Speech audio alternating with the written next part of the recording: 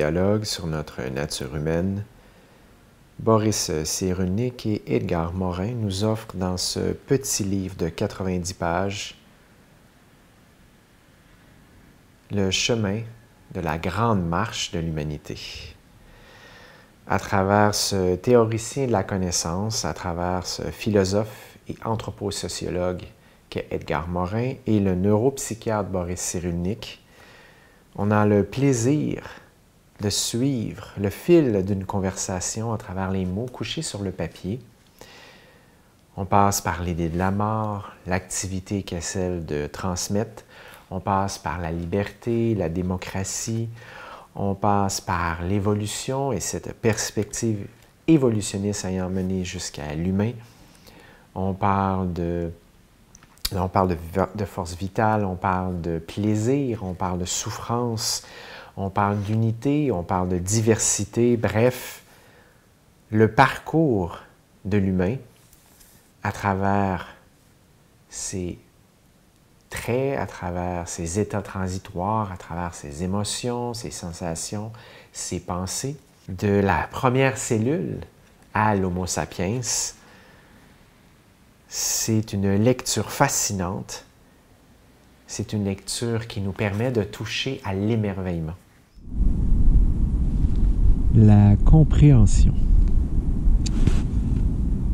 La compréhension, c'est la façon qu'a un sujet de connaître un autre sujet. Si je vois l'autre pleurer, je ne saurais pas ce que cela signifie en faisant une analyse chimique de ses larmes. Par contre, je le comprendrai parfaitement si je sais que je peux pleurer parce que j'ai du chagrin. Sans ce type de rapport humain, rien n'est possible.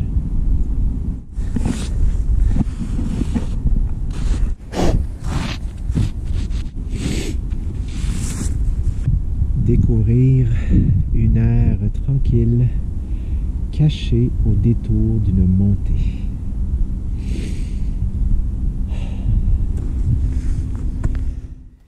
Il y a quelque chose dans la texture et ici, dans cette légèreté, un livre de 90 pages seulement et pourtant qui est lourd de sens. Cet ouvrage se lit d'une traite. On peut aussi y aller avec parcimonie, retarder notre plaisir un petit peu à la fois, de prendre ainsi le temps d'aller marcher, d'être en mouvement, de se connecter à soi à travers cet environnement naturel, puis de se poser dans un endroit, de prendre encore une fois le temps de lire, de se laisser inspirer par les mots de ces personnes.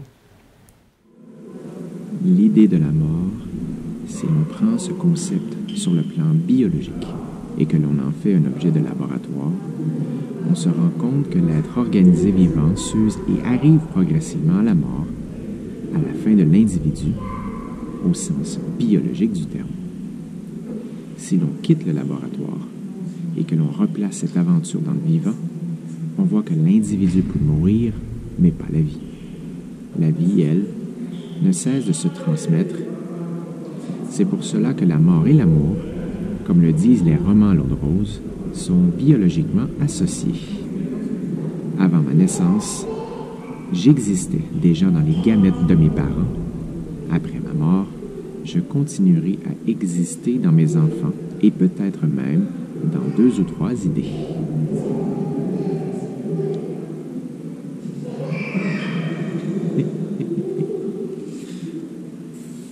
Comme vous pouvez voir, j'ai beaucoup de post-it, j'ai des marqueurs de page, j'ai pris des notes, parfois des carrés, parfois des rectangles, des lignes, des cercles, des notes en bas de page, sur le côté.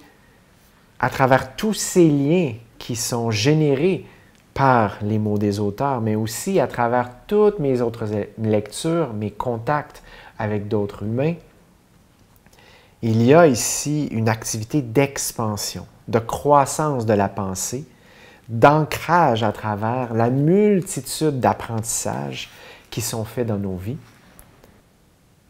Mention aussi particulière, unique, à travers le geste qui a été posé en me donnant ce livre, une personne me l'a offert, et donc il y a un lien en plus émotif ici, de ce geste de connexion et de ces mots couchés sur le papier et du mouvement généré, non seulement à travers mes pensées, mes émotions, mes sensations, du mouvement physique dans ce véhicule corporel, mais aussi de toutes ces connaissances et ce savoir vécu qui m'ont été ici transmis et que j'espère, à travers mes échanges personnels et aussi professionnels, que je pourrai échanger, dialoguer sur notre nature humaine, ce pont de racines, cet ancrage des pieds à la tête à travers cette activité physique, mais aussi à travers cette action de connexion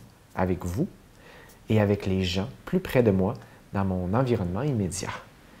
Une lecture, somme toute, qui m'a énormément plu, énormément appris. Dialogue sur notre nature humaine, Boris Cyrulnik et Edgar Morin.